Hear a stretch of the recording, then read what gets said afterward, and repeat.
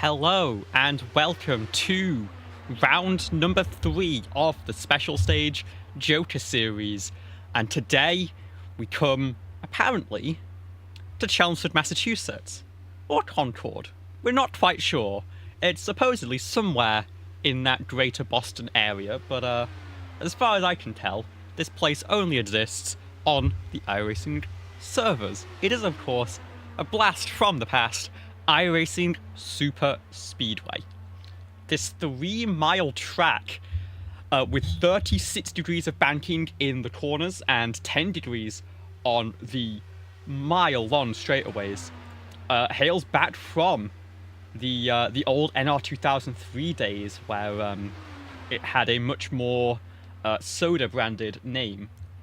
They obviously had a little bit of downtime during 2020 where they couldn't go out to get some new tracks developed, and so decided to try something a little bit different and bring in what is our only fully fictional racetrack on the service. So it is going to be a very interesting dynamic for these drivers. It's a track that does not get raced very often. It's a track that drivers won't be very familiar with, and the bumps can be very unpredictable because, of course, there's not the typical laser scan technology. Everything's just that little bit different and that little bit strange. 90 seconds left in our practice session, and at the top of our timing board is the number 400, the mastermind of this crazy idea. It is Matt Schlosser with a 43.673. Jorge D'Angelo, 0.3 of a second behind, of course. Draft going to play a big factor in lap times that drivers are setting. As for the standings coming into tonight's race, after 6 races in our championship, 3 at Talladega and 3 over at Atlanta, it is Matt Williamson who leads the way on 762 points. Paul Ellison, who missed last round, still hold on to second place after a fantastic showing over at Talladega on 610. And then Travis Fleming in third, a big jump from last time out, on 566, leading Aldrich, Boomershine, Zettel, and Kresge as the top contenders in this championship. But Williamson absolutely taking control of the series here. Just about 10 seconds left to go in our practice session, and then we'll head into our one-lap qualifying shootout. And I'm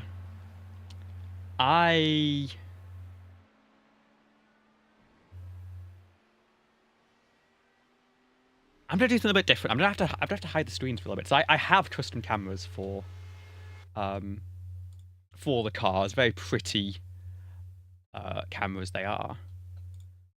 I want to reload the original camera pack for this car, because it creates some quite spectacular views at a track like this when you have a look on board. And as we pull our data back up, let's follow on the gyro cam for Matt Schlosser. Again, we're on the flat here. So, oh my goodness, no, we're not on the flat. I had a bid off for the number 400. So, gotta be sure to avoid that in the race. Gotta be very careful on those aprons. Let's fall on board with our championship leader then. You can see down on the apron, gotta be very careful, but gotta try and carry some speed. Honestly, I feel like you actually want to be a lot more careful on the pit exit here if you want to try and get that pole lap, because you're gonna scrub the tires flying through at that sort of speed. That was, sort of 200 mile an hour, and you see the transition onto just the back stretch, 10 degrees. And as we get into the corners, look at how tilted that car is. It perfectly slots in next to our timing tower. And as Williamson comes to start this lap, that is just a ridiculous angle here. Again, 36 degrees in the corners. I believe that is more than Talladega, and obviously much more extended corners. iRacing officially just lists it as more than 30. but people have like looked at the telemetry and things and found it is indeed 36 compared to the 33 of Talladega. And so, unless you're going to a place like Arvis, this is the dizziest place in the world, I think, that you can go racing. And there it is again. Let's snap it to this view. You can just see how it flattens out. The entire horizon shifts. Williamson will come to the line to finish out this lap. And what will it be? It'll be good for second place. It looks like a tenth of a second off Victor Aldridge. I'm not sure whether Williams was trying to ride the apron to reduce some downforce a little bit. There's been tricks like that in the past, I know in the DW12 era, where straddling the apron could be a little bit of a benefit. But, yeah. I'm not sure how important qualifying will be. Of course, we do have the field inverts that we had from last week, which created some good excitement. James Watson will cut the timing beam here and slot into 5th place.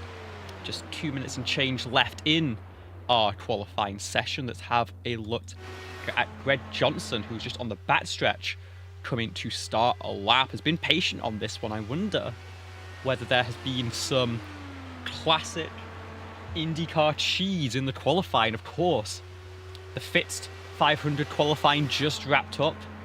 The greatest spectacle in racing kicks off for the first split, I believe, in just a few minutes' time over in Speedway, Indiana. And for anyone who's been putting some time into that, been taking some advice from some of the veterans, they'll have learned a few little quirks about how important it is to keep engine temp in the right window, keep oil high, keep water low, how important it is to keep the tyres from scrubbing as much as possible, just roll it nice and slowly on pit exit if need be. It's a lot of little quirks. Of course, at something like Indy, you've got to balance that with the intense precision of 16 perfect corners. I felt the 36 degrees of banking here a little bit more forgiving than the 9.25 times as much banking over in Massachusetts, virtual Massachusetts, of course. Greg Johnson will come across the line in 10th place and will give me a little bit of an opportunity to flick my cameras back to the one that I was planning to use to begin with.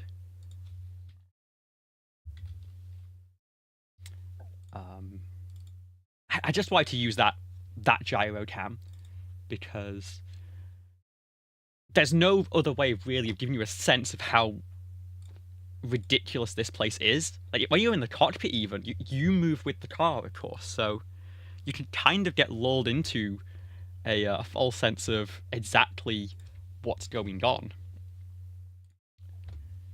But the gyro does not lie, and it tells one hell of a story. Qualifying is over. Matt Schlosser on pole ahead of Victor Aldridge, and Matt Williamson. Will have a look at your full starting lineup in just a moment's time.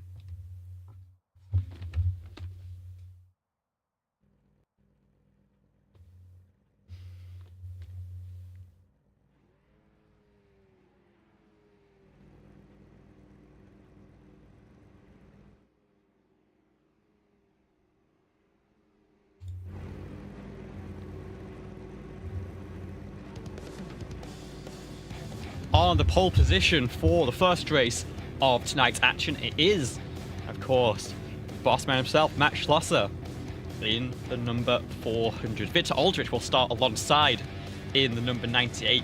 Matt, the only driver to get under 45 seconds there, which is some pace for 3 miles of action.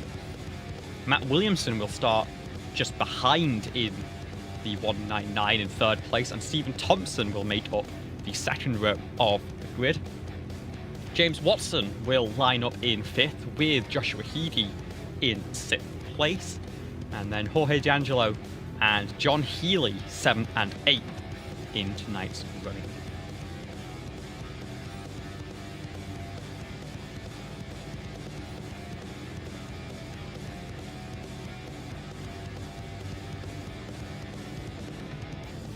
Kyle Zettel and Greg Johnson will line up 9th and 10th. And Corey Rutherford and Travis Fleming will be 11th and 12th. We've had some carnage already. We'll look back at that in a second. That's a rear wing gone. Luke Peterson and Paul Boomershine will line up 13th and 14th. And what on earth has just happened? What in the world? Okay, so we advanced to the race session. I didn't think we'd have to do this. I'm gonna have to use some cheater controls. I'm gonna have to use some cheater controls. Okay. So it was Travis Fleming, one of the drivers. People just don't know how to do this launch. People aren't used to it, and then people are spinning the wheel, people are spinning.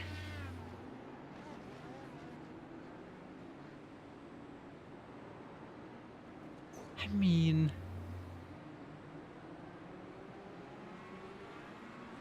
gang, we've done this before.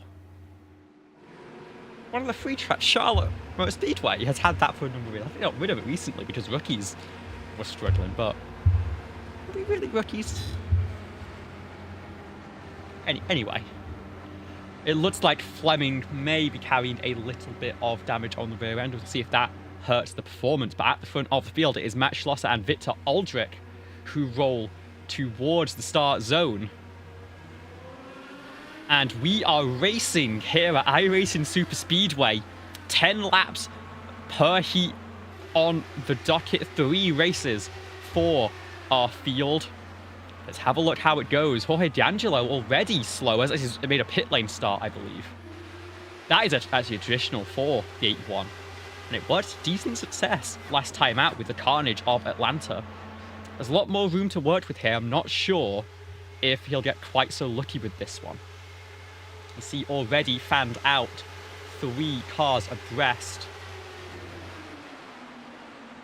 James Watson has flown through to the race lead, but he's not quite covering off that low side, and the 400 will keep the nose in.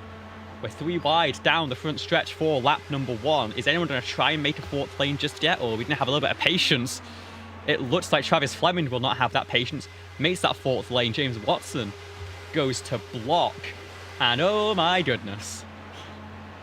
Luckily, there's plenty of room. The track almost widens out as you get into the corners with all of that banking. And it gives room for everyone. Kyle Zettel wants no part of this. Will merge down to the apron. Be careful on the rejoin. It's quite a significant seam. And we are back to some slightly calmer action. Travis Fleming ripping that high side to try and build some speed there.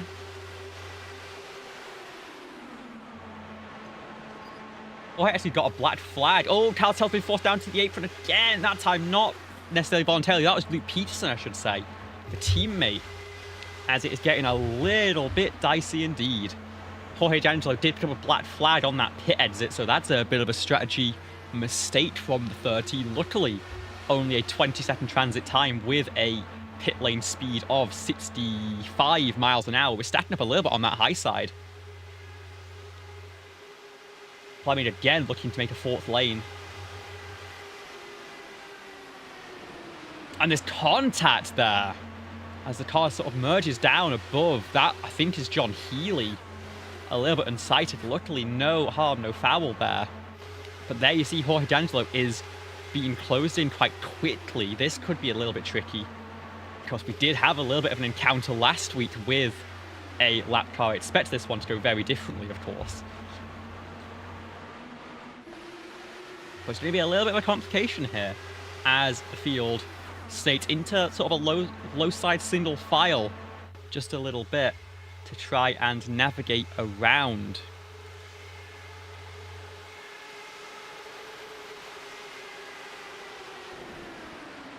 There's some support behind. I think that's Greg Johnson who actually moved up ahead of Jorge and sort of made that lane work, as that's a car spinning off the corner. It looks like that's Travis Fleming.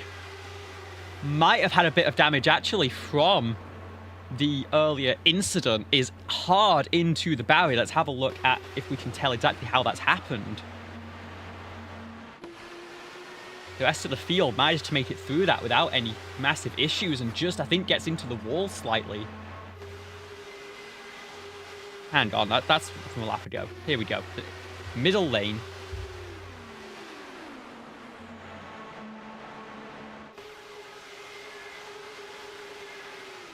Oh, that's why I started my apologies. Hang on. Let's have another look at this.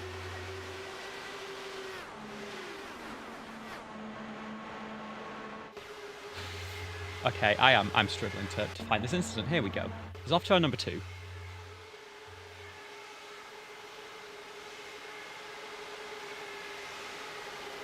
there contact with Stephen Thompson? No, Thompson backs out. Heedy backs out. There's a run here for Travis Fleming. I made it a little bit too high on the white jack potentially. It just hits that transition off the corner and completely lose control of the car. He is going to be out of this race. We'll cut back to the live pictures. That car will not run any further. Josh He's actually fallen a little way off the patch, so could be struggling. Might have a little bit of damage, is trying to snake his way back through and should be able to rejoin the pack. 4 laps to go here. Victor Aldrich has taken the race lead in that number 98 with James Watson behind in support. Matt Williamson leaves that second line with Matt Schlosser on the high side. Stephen Thompson actually looking to make a 4th lane potentially. Ladalik covered right off. As we streak down the iRacing Super Speedway backstretch for the 7th time of 10 laps here.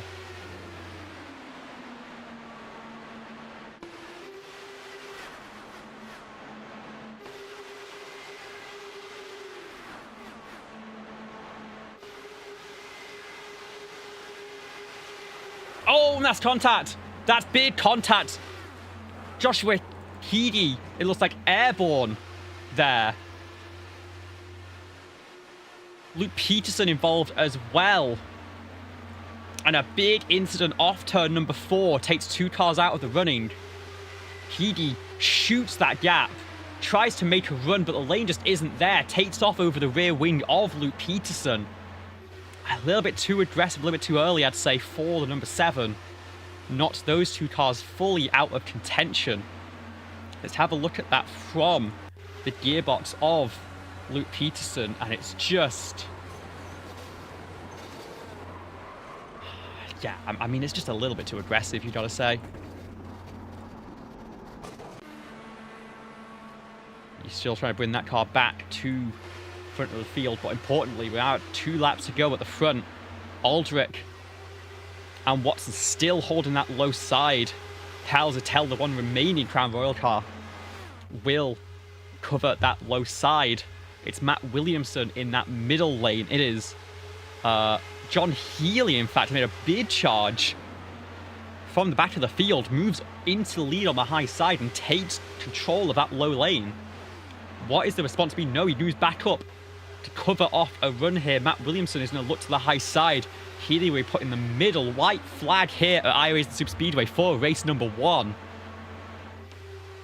Williamson moves high to low, is clear. There's going to be shuffling. There's going to be instability from John Healy. Everyone just about gets through it, but he's going to get shuffled out as that low side tries to just move forward and forward.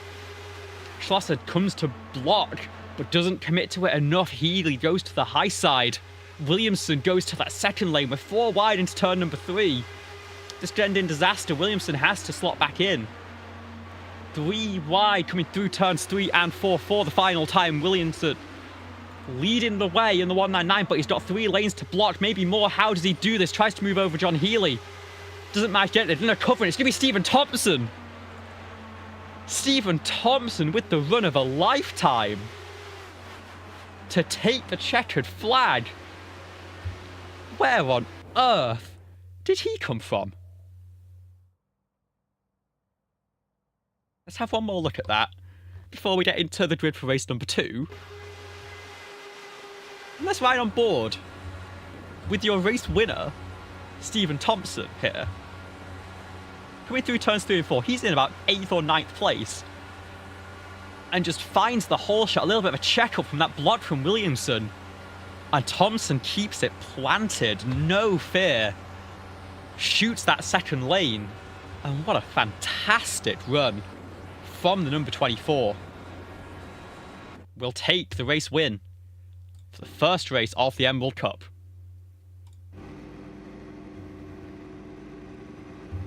We bring up on the left-hand side your starting grid for race number 2 here. Rivershine did not take the start for race number 1. We'll assume it's the same for this one. And so it'll be Travis Fleming.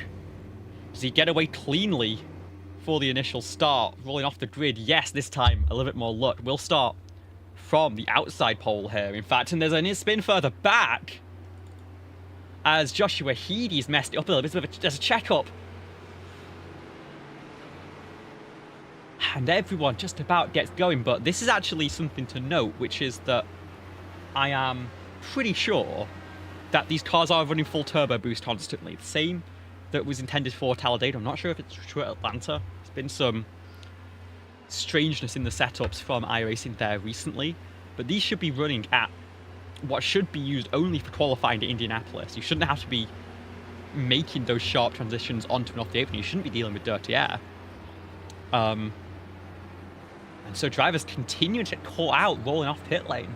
Or rolling off that starting grid lineup.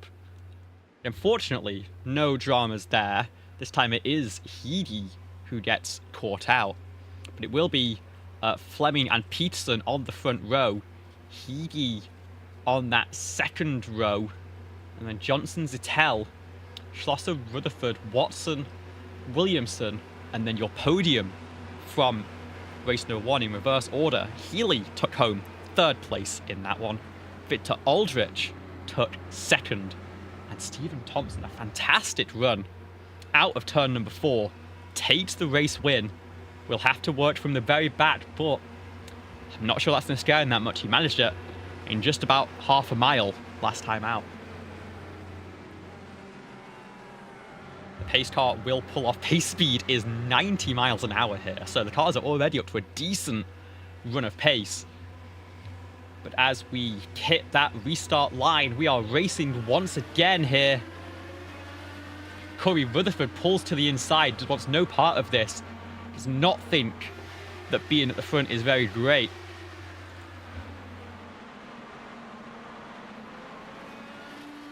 And it will be Travis Fleming leading the way, and they're already 3 wide behind. Teammates shuffling for position. Peterson and Zittel.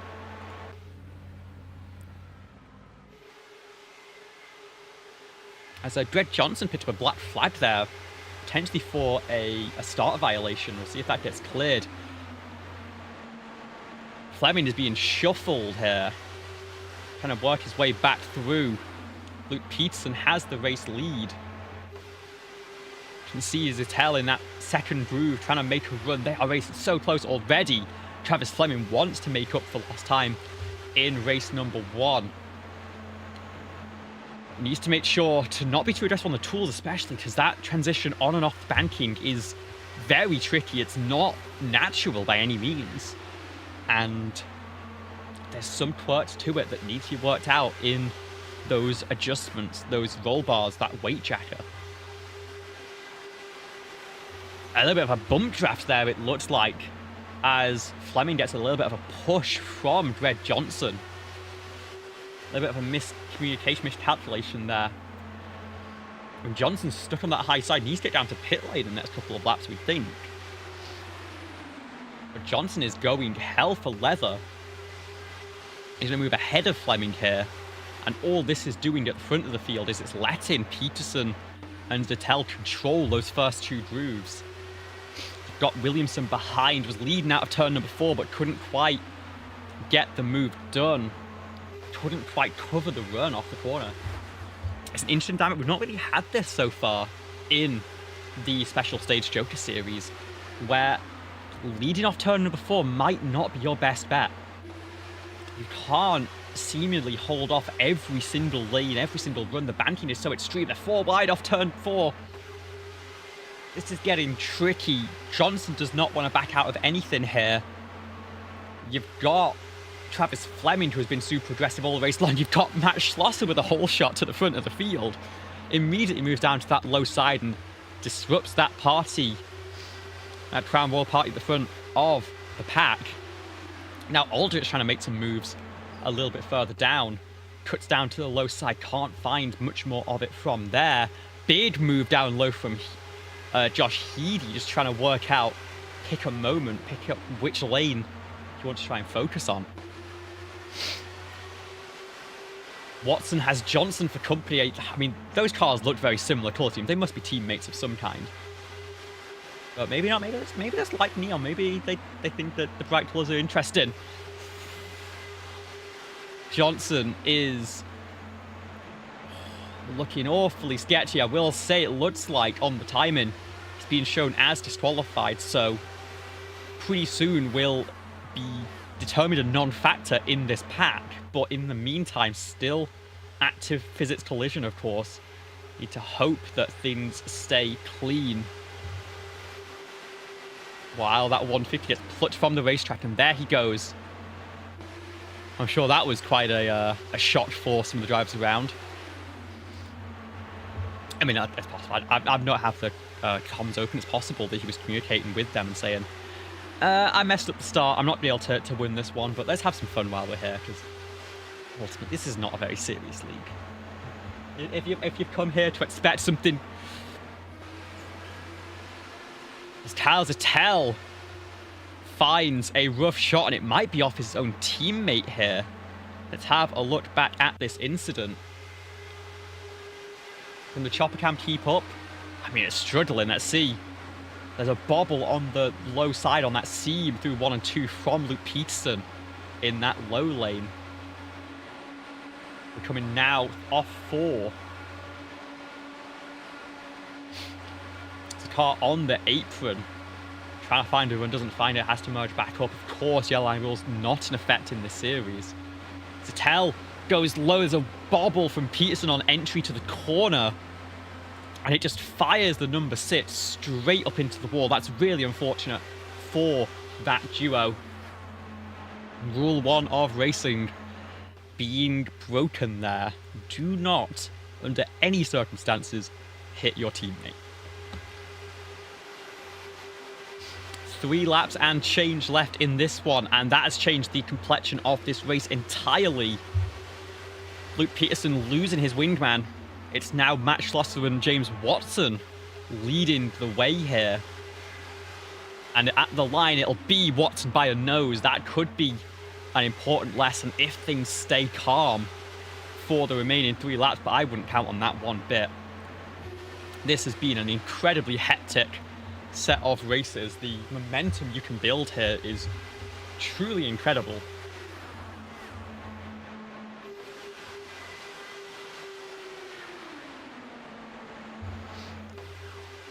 And they're now formed up 3 wide. Things starting to get a little bit more hectic. Zettel running at very much reduced speed here at the back of the field. Will not get caught as a lap car though. Will not be a factor in this race for our leaders. 2 laps to go this time. It's the 400 that has the advantage at the stripe. Maybe learning a lesson, maybe strategizing something. Stephen Thompson all the way on that high side must be thinking of something. Must have plans to go back to back.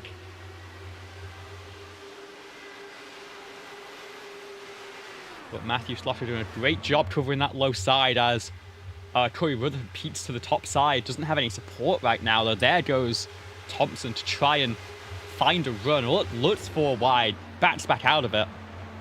And Rutherford wants to be a part of this once again. Was done sitting back in the pack and saving luck. He's not really saving fuel, but he's definitely saving luck sometimes. At the line this time, and it's the 400, but only by a hair. White flag is out. Watson leads now into turn number 1, and here comes Joshua Heady with the whole shot in the 3rd lane. Goes to the high side. The momentum dies out. The shorter line prevails down there. Onto the backstretch here. Everyone's got the same run into turn number 3, and this is going to get hectic indeed. Stephen Thompson has moved to the front of that 3rd lane. Here comes Victor Aldrich to the high side. There's going to be contact between the two. Not quite. They're going to be Covering that high side. Travis Fleming goes for a move, doesn't quite find it. Losing a bit of the wing in the meantime. It's Schlosser Watson on those low 2 lanes. And there's going to be a big wreck there across the line. And it's going to be the number 400 by 3/1000ths of a second from Watson, from Peterson, who went down to that apron to try and find momentum. And we are going to need to follow this one back from up high and from very, very slow to work out just what's happened. It's Schlosser from Watson, Peterson, Healy, and Williamson, your top 5.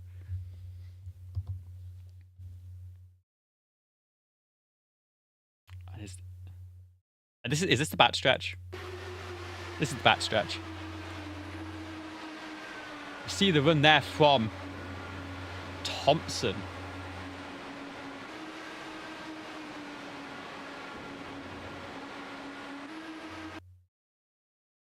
And then I think this might be the key move. That's the wrong car.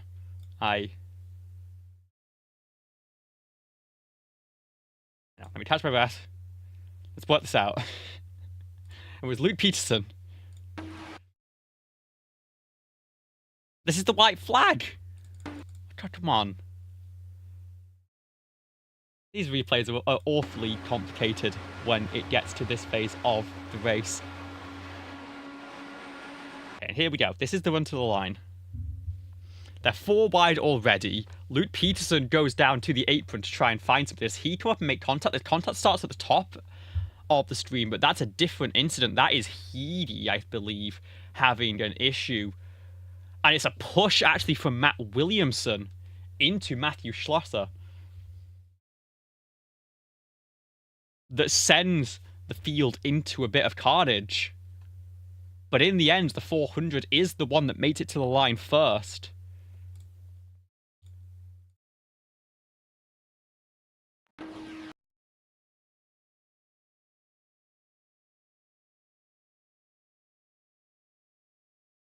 See, it's that push.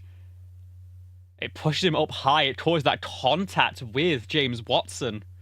But crucially, makes it out ahead, sideways across the line, is your 4th place finisher. And my, oh my. It all came to a head there at the very end, but it is number 400. With a fantastic result, taking what I believe is his first win of the season after some quite horrid luck in the early running. So congratulations to Matt on that one. We'll have a chat to him in just a moment's time. But let's get back to our live action. Let's get to our starting grid for the 3rd and final race of tonight's running.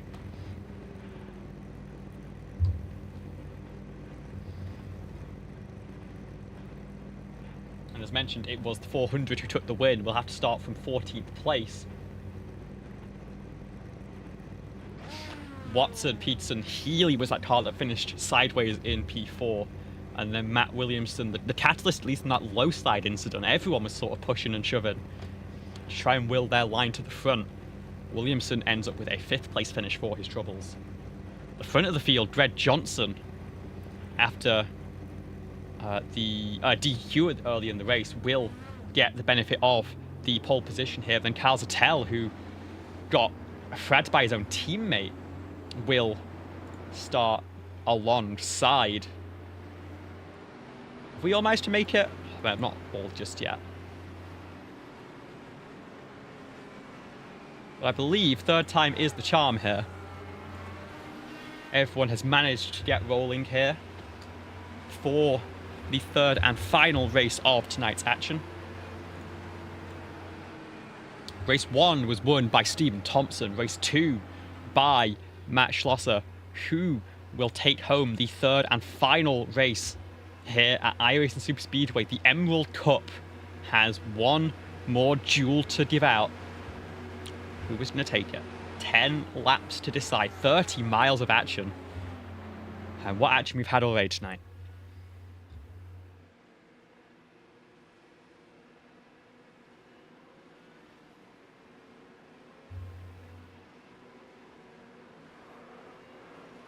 Okay, we were doing so well. How's that happened, Corey?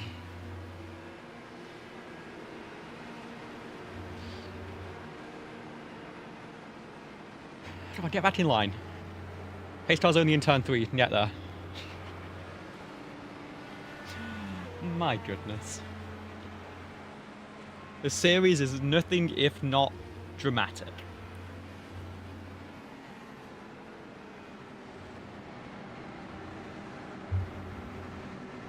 And it looks like the 9 will be able to retake position right as the pace car pulls off.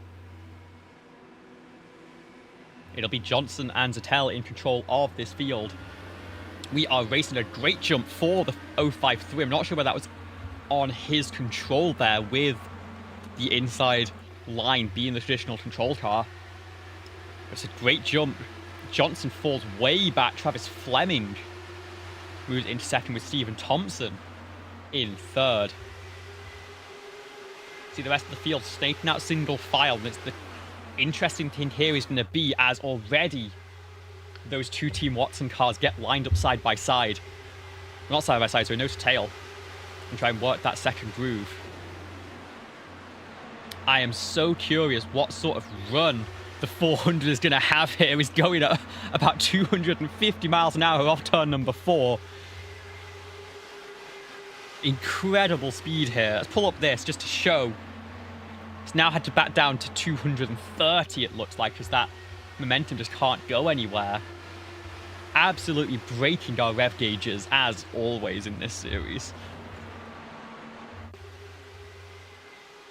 But has more momentum off turn number 2. You're seeing it tick up past 245. Almost. And there we go, Rutherford.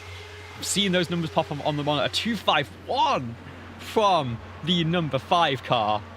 And then bleeding off 25 mile an hour on that high side into turn number 3. This is just fantastic. At the front of the field, Peterson working his way back up through the field after being involved in that dramatic finish of race number 2. Zettel on that low side, maybe feeling more safe there after the race 2 incident that Peterson sort of precipitated on the low side. Thompson is going to back out of things, is going to try and build that run once again, or does Thompson have damage on that car? Still has a full working front wing, it looks like. Peterson, Zettel side by side for the lead. Brett Johnson on the outside does not have a penalty to serve now and can race this one all the way to the checker. 8 more laps of action here at the Speedway.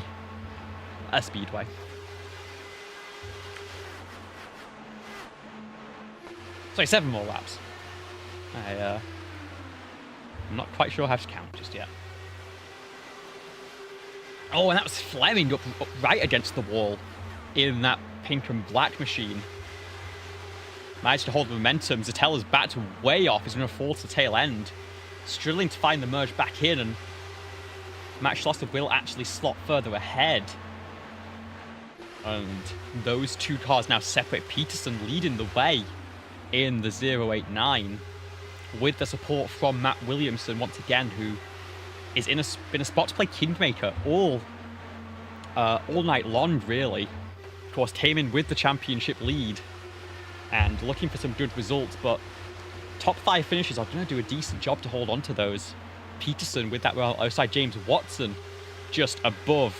His teammate Johnson's going to fly through on the 3rd lane to try and cause a bit of a lockout at the front as well.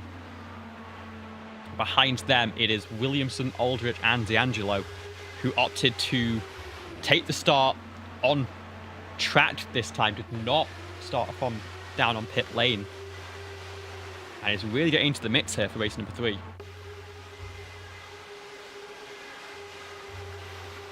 Halfway point, and I think it's Peterson who just about had the nose ahead at the line. Of course, stage points being awarded from 0 down to 0 in the Special Stage Joker Series.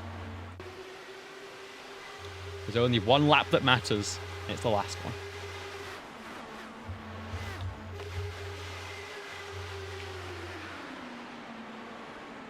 Watson going to try and play those lanes, was covering low, moves to the middle to cover a run from Victor Aldrich, and then in the corners moves back to the low side, covers the shorted round. And Luke Peterson has a choice to make. In fact, Watson might make the choice for him. Watson goes up to the high side. Peterson's going to try and fill that gap down low. And in fact, Aldrich has managed to move up. They're going to be 3 wide into the corner. And Watson's given the inside of turn number 1 to Luke Peterson. Williamson will also try and follow through. A little bit of a bobble there. Watson moves high in avoidance. But has the run on the very high side now, as Johnson has gone to the middle. And Stephen Thompson, who fell back just a few laps to go, is right back in the thick of it. All 13 starters still in the pack as we come to 3 laps to go here. Oh, and Johnson dips down to the apron. Thinks better of it, instead goes high. He's going to pinch Johnson into turn number 1. Pokes the nose ahead. Peterson had it at the line. Not that there'd be any sort of that kind of pleasantries. Oh my, Peterson nearly getting into the diffuser of Johnson in turn number 2. Just about judges it to back out. And Peterson holds low as Johnson moves high, tries to find support from the teammate of James Watson. But can't quite clear, doesn't have the confidence to cut down in turn number 3, and Peterson now will have the nose ahead. Stephen Thompson looks for the high side. Watson covers it off. 2 laps to go. Peterson with a slight breakaway, but even as I say that, Watson has the nose ahead into turn 1 here.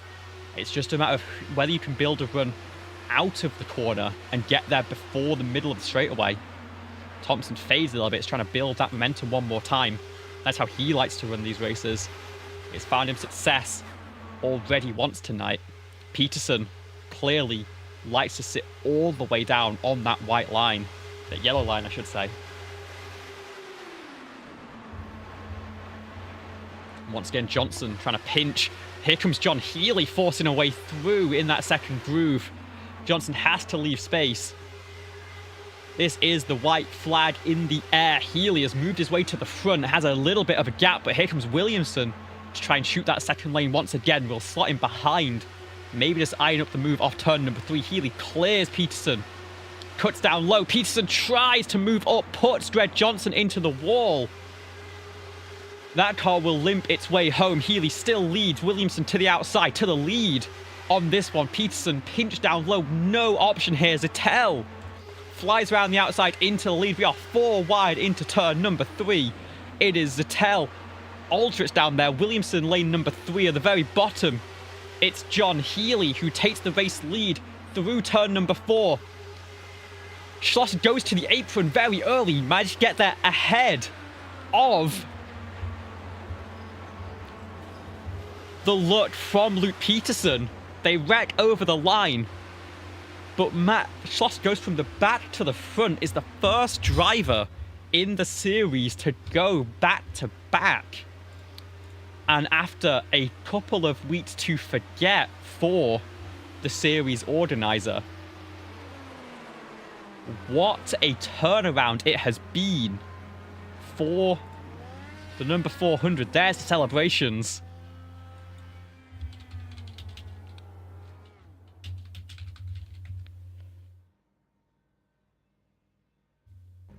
Oh, and there go the celebrations.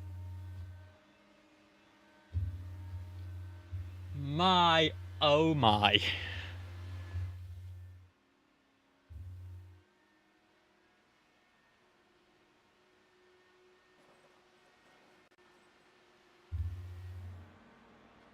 Whew.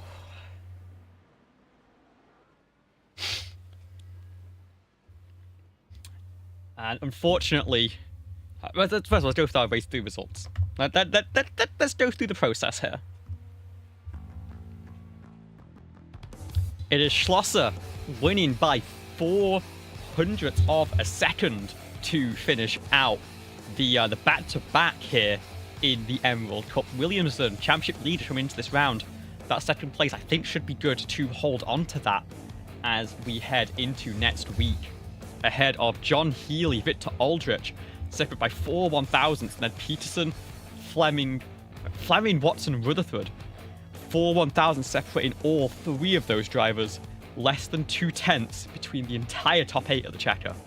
Sattel and Thompson will round out your top 10 ahead of Jorge D'Angelo and Joshua Heedy. Greg Johnson, fortunately, that awkward contact with Peterson out of turn 2 on the final lap will finish 1 down. And it's not been a week to remember for the 150. Hopefully we can come back stronger next time. Okay, so as I was saying, we will unfortunately not get a word from our race 1 winner, Stephen Thompson. Has to go straight back to dad duties after this little bit of craziness here. I wonder what's more chaotic, if you have 2 babies to deal with versus a pack of hornets here at iRacing Super Speedway. But one driver we can fortunately have a word with is the winner of both other races here. Welcome to the booth, Matt. And what a run that was. Hey, thank you. Thanks for having me up here. Yeah, that was crazy. I'm pretty lucky to get two wins out of the 3 races. So talk us through that second race first of all, because that was absolute chaos coming to the checkered flag. Do you have any certainty that you had won that after, feeling the car come away from you and just the pile of race cars coming speeding across the line? Yeah, so on our way to the line, I was side by side with James, and I was like, I think James is probably going to get this because he just had the momentum on the outside, or someone who was up higher. But Matt Williamson came in and gave me the biggest bump draft you could probably give in an open wheel car, and I basically spun but got corrected after bouncing off of James, and then we kind of like tangled across the line, and I think the dangling front end of my car was slightly ahead of his crumpled car. So apologies to him. That's a frustrating way to lose. And I just talked to Matt Williamson, and he said he was not intending to cause any kind of carnage. It was just going for a bump there on the last lap. But yeah, I thought once I started to spin, I was like, I don't know, I'm probably going to crash out, but somehow slid to the line first. So that was crazy. Yeah, and I mean, let me say, Williamson was not the only driver giving some pushes to the line there. That was hectic, that was frantic from pretty much everyone involved in that race. But in the end, you took it by 3 1,000s, and that meant you started at the back for race number 3 with the new invert rules. And you're the first driver to be able to parlay that back into victory lane. Talk us through that finish.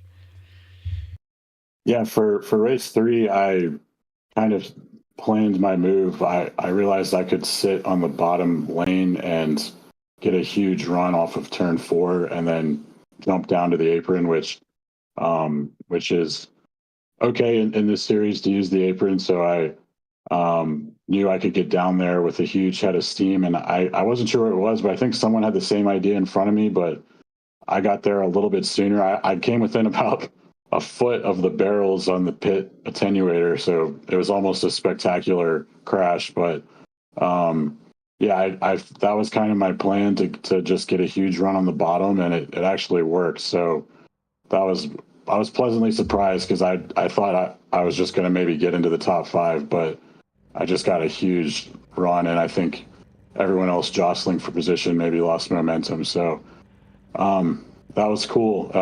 It's a nice way to bounce back. I've had a lot of crashes in all the races so far, so this was a big points day, and these are actually my first 2 career wins in this league, so it's cool to get those. It's I'm the admin of the league and everything, but it's still really fun to be able to win it and say I did that, so that was cool. Yeah, it was a very different sort of style of racing compared to the first two rounds. A lot more room just to make moves, and the that low side not as much of an advantage as it would normally be because there's just so much of a run to the line that you can get sort of that much more to work with.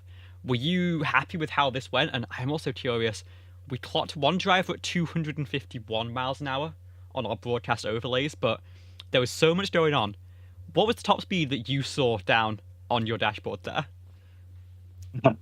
Well, to answer your first question, yeah, this race I thought was fantastic. This event, like the first two were a little bit chaotic. Talladega, I was a little surprised on how tough it was to advance through the field. Like the bottom was kind of dominant, and we were kind of stuck three wide.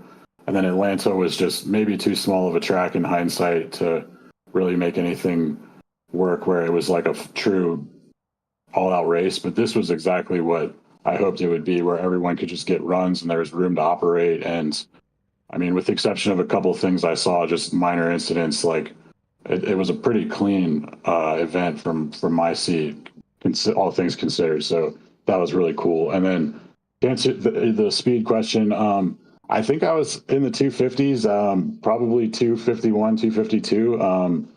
I wouldn't be surprised if someone else was pushing 260, because I mean, you could get massive runs. So I would love to know what the top speed was, because it was so fast. Well, it was fast, and it was fantastic from you there, taking home 2 wins on the weekend. First driver to 2 wins in this season. So, if there's anything you want to say to the fans, to the drivers, of course, got a lot of hats here in this one. The floor is yours. Congratulations. Thank you. Yeah, I just want to give a shout out to everyone who's come out and raced. I mean, it's been a little bit crazy and chaotic, but tonight I hope was an example of what it can really be, is just really good fun, like fast-paced, intense racing, kind of almost like F-Zero X type video game stuff, just really crazy fast stuff. So I hope everyone enjoyed that. Appreciate everyone for coming out for that. Thank you to you for broadcasting, and thanks to JCTV.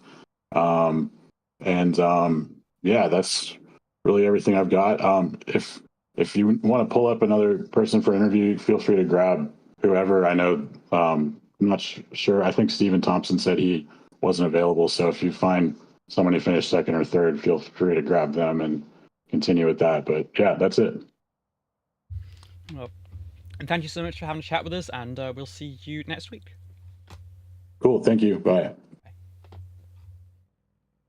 Let's just have a look through our results to see who we can pull out of the voice call.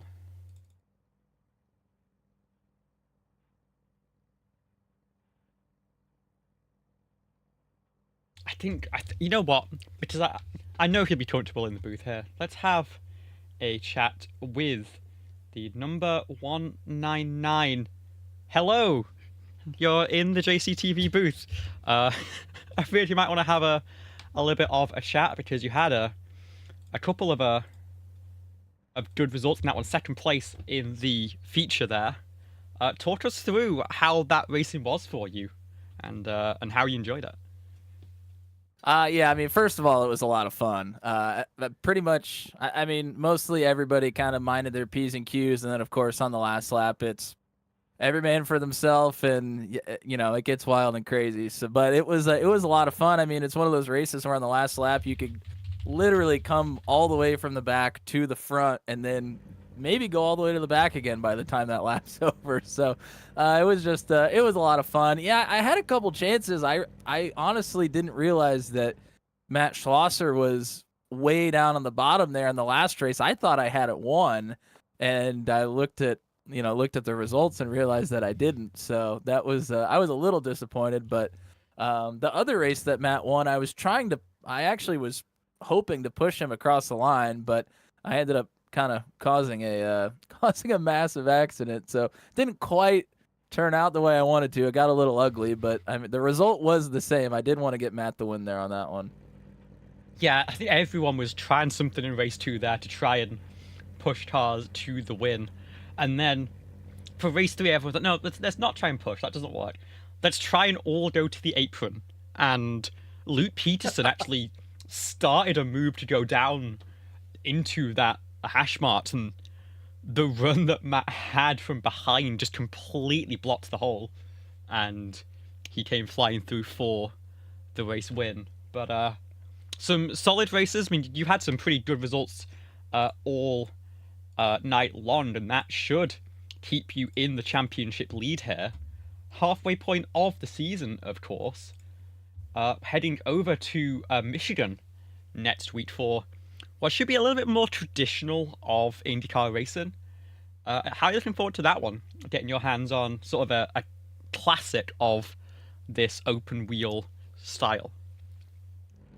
Yeah, I mean, I think for me, the IR18 on like a more traditional super speedway like we have been doing certainly plays to my strengths. I mean, that's the kind of things that we mess around with just to have fun all the time. So, I kind of have a little bit of experience with that. I have some experience at Michigan, but in a DW12, not the IR18, which isn't all super comparable. So, but I'm looking forward to it. I mean, I've run the IndyCar a little bit. I've ran a couple of long races like at Indianapolis and things like that. So I kind of know how it reacts on those bigger ovals a little bit. So I'm just looking forward to having something a little bit different, something that's not completely all out, one where you have to really worry about the handling and maybe some tires a little bit, things like that. So yeah, it should be a lot of fun. Yeah, especially because one aspect of these cars that maybe is being underutilized so far this season is all of the in-car adjustments that are available. If for a lot of these, you can kind of just put it in whatever is fastest in a straight line, whereas Michigan is going to be very tricky on that regard. So, just in case anyone isn't aware and comes from more of the stock car side of things, anti-roll bars are basically sway bars, and weight jacker is a wedge adjustment, but you have it available at all times.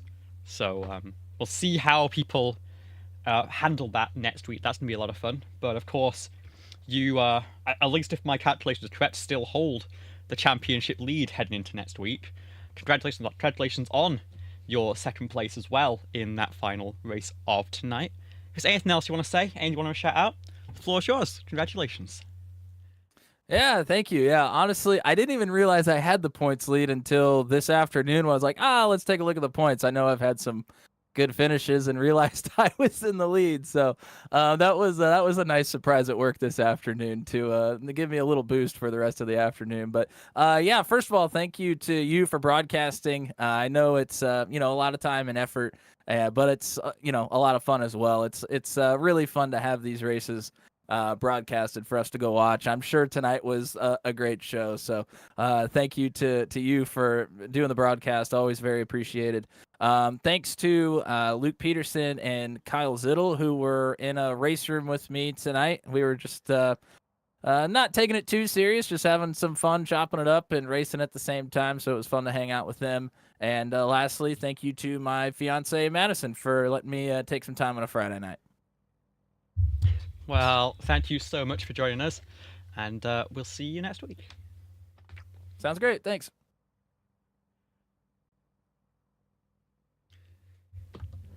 And I think with that, we will draw our proceedings to a close for tonight. It looks like everyone else in the Discord is busy in debrief mode, flicking through and seeing everything that happened in the rearview mirror. And there was quite a lot to follow there. Great racing overall. I've got to say that was absolutely a showcase of the best of this series. And next week, we're going to have another unique challenge that I think is going to showcase another great aspect of these cars and this field. We head over to Michigan International Speedway. One of our shortest tracks, in fact. It is, other than Atlanta, 2 miles, fairly low banking, quite a rough surface, but 5 usable lanes, a lot of room to work with to build runs, and I think we're going to have another fantastic show over in Michigan. So from everyone here at Special Stage, from JCTV, from myself, Olivia Hayward, I say thank you so much for joining us tonight, and we'll see you in a week's time.